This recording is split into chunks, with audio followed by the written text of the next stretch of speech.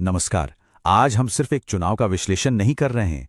हम असम की बरखोला विधानसभा सीट की मिट्टी, पानी और लोगों की उम्मीदों को समझने की कोशिश कर रहे हैं। देखिए, राजनीति का असली मकसद डेटा और रणनीति के जरिए शासन को बेहतर बनाना होता है, लोगों की जिंदगी में बदलाव लाना होता है। तो चलिए, आंकड़ों और जमीनी हकीकत की इस यात्रा पर निकलते हैं और समझते हैं कि बरखोला का भविष्य क्या कहता है। हम बात कर रहे हैं असम की बराक घाटी की। जैसा कि हम यहां देख सकते हैं, ये बरखोला का घर है। ये वो इलाका है जहां जिंदगी बराक नदी के इर्द गिर्द घूमती है। और सच कहूं तो यहां की सियासत भी बराक नदी की तरह ही है, कभी शांत तो कभी एकदम अप्रत्याशित। जब नदी उफान पर होती है ना, तो ये सिर्फ जमीन नहीं, लोगों के भविष्य और उनकी वफादारी को भी बदल देती है।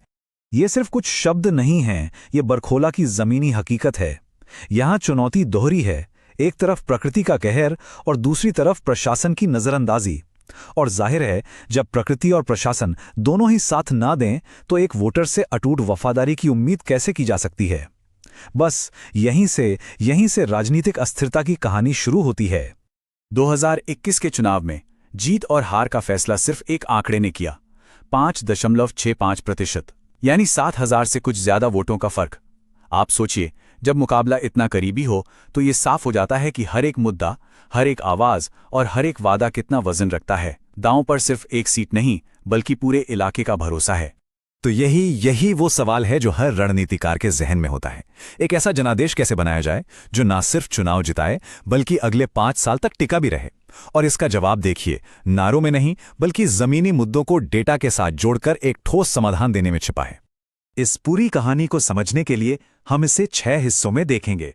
पहले हम बरखोला की जमीन और उसके लोगों को समझेंगे, फिर वहां के राजनीतिक उतार चढ़ाव को देखेंगे, जनता की असली शिकायतों का हिसाब लगाएंगे, रणनीतिक दांव-पेच का विश्लेषण करेंगे और आखिर में 2026 के लिए एक ऐसा ब्लूप्रिंट तैयार करेंगे जो सिर्फ चुनाव नहीं, शासन पर केंद्रित हो। देखिए, किसी भी इमारत की मजबूती उसकी नींव पर निर्भर करती है और राजनीति में ये नींव होती है उस जगह की सामाजिक, आर्थिक और भौगोलिक समझ। तो चलिए, सबसे पहले बरखोला की जमीन को समझते हैं। यहाँ की तस्वीर ना काफी मिलीजुली है। ज्यादातर लोग बंगाली भाषी हैं, अर्थव्यवस्था चाय और छोटे कारोबार पर टिकी है। लेकिन जो सबसे दिलचस्प बात है वो है यहाँ की 81% की साक्षरता दर। इसका सीधा मतलब है कि यहाँ के लोग पढ़े लिखे हैं, वो खोखले वादों को पहचानते हैं और अपने अधिकारों के लिए आवाज उठाना जानते हैं। और उनकी सबसे बड़ी चिंता, बाढ़ और जमीन का कटाव, जो हर साल उनकी जिंदगी पर खतरा बनकर मंडराती है। अब जरा यहाँ के राजनीतिक मौसम पर नजर डालते हैं। जैसा हमने कहा, ये बराक नदी की तरह ही है, अप्रत्याशित। यहाँ के वोटर्स ने किसी एक पार्टी को लंबे समय तक सत्ता का सुख नहीं भोगने दिया है। 2021 के नतीजे इस कहानी को और भी दिलचस्प बना देते हैं।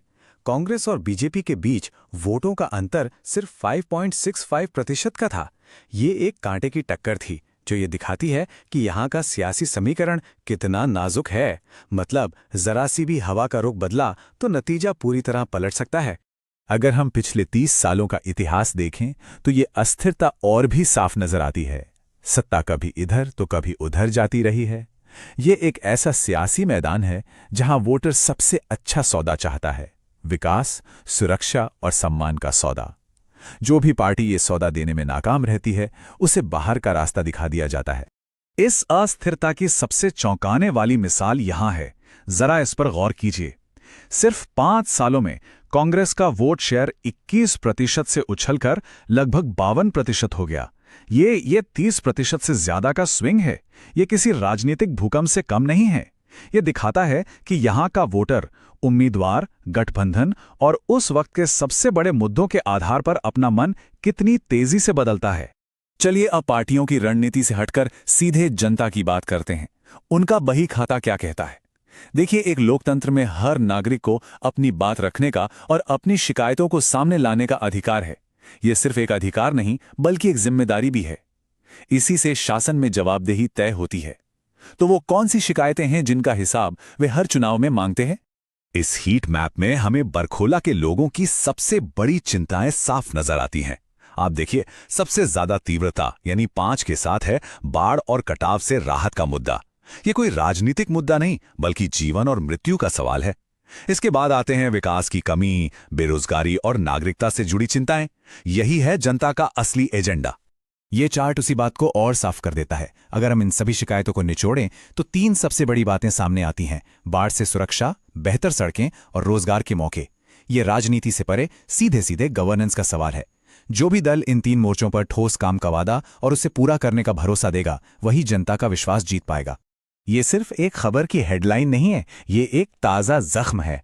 जब हम बाढ़ की बात करते हैं तो हम इन 4 लाख लोगों की टूटी उम्मीदों, बर्बाद हुए घरों और अनिश्चित भविष्य की बात करते हैं। और यही वजह है कि ये मुद्दा यहाँ के हर घर में, हर बातचीत में और हर वोट में जिंदा रहता है। तो अब जब हम जमीन की हकीकत और जनता की नब्ज को समझ चुके हैं, तो चलिए मौजूदा पार्टी की रणनीतिक स्थिति का एक स्वॉट विश्लेषण करते हैं, यानी उसकी ताकत, कमजोरी, अवसर और खतरों को समझते हैं।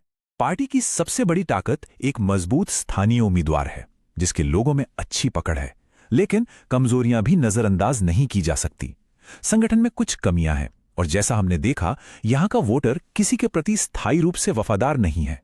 ये दिखाता है कि एक मजबूत उम्मीदवार होना ही काफी नहीं है, संगठन और लोगों का भरोसा लगातार बनाए रखना पड़ता है। बाहरी मोर्चे पर देखें तो स्थिति बहुत दिलचस्प है। एक तरफ 18 पार्टियों का विपक्षी गठबंधन वोटों के बिखराव को रोकने का एक बड़ा अवसर है। वहीं दूसरी तरफ विपक्ष का अपना मजबूत नेटवर्क और ध्रुवीकरण की राजनीति एक बड़ा खतरा है। तो सवाल यह है, क्या पार्टी गठबंधन की ताकत का फायदा उठाकर लोगों के मुद्दों पर ध्यान केंद्रित करेगी या ध्रुवीकरण के खतरों में उलझ जाएगी? विश्लेषण के बाद अब एक्शन की बारी है। सिर्फ समस्याओं की बात करना काफी नहीं है, समाधान का एक रोड मैप बनाना भी जरूरी है। तो 2026 के लिए जीत का रास्ता कैसा दिखना चाहिए?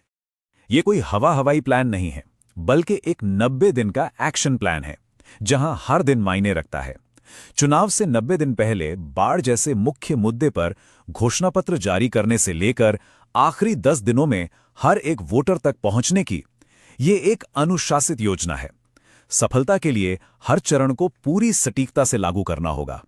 आज के दौर में लड़ाई सिर्फ रैलियों में नहीं, मोबाइल फोन पर भी लड़ी जाती है। व्हाट्सएप के जरिए सही संदेश पहुंचाना, सिलहटी जैसी स्थानीय भाषा में लोगों से जुड़ना और फर्जी खबरों का तुरंत खंडन करना, ये सब जीत के लिए जरूरी हैं। लेकिन हाँ, इन सभी माध्यमों का इस्तेमाल जिम्मेदारी से होना चाहिए। भारत का डेटा प्रोटेक्शन कानून भी यही कहता है कि हर व्यक्ति की निजता और सहमति का सम्मान हो। विश्वास तोड़ना बहुत आसान है, बनाना बहुत मुश्किल। एक चुनाव जीतना बस एक पड़ाव है, असली मंजिल नहीं। असली काम तो नतीजों के बाद शुरू होता है। ये ब्लूप्रिंट सिर्फ चुनावी जीत के लिए नहीं है, बल्कि वोट से परे एक बेहतर और जवाबदेह शासन देने की दृष्टि के बारे में है।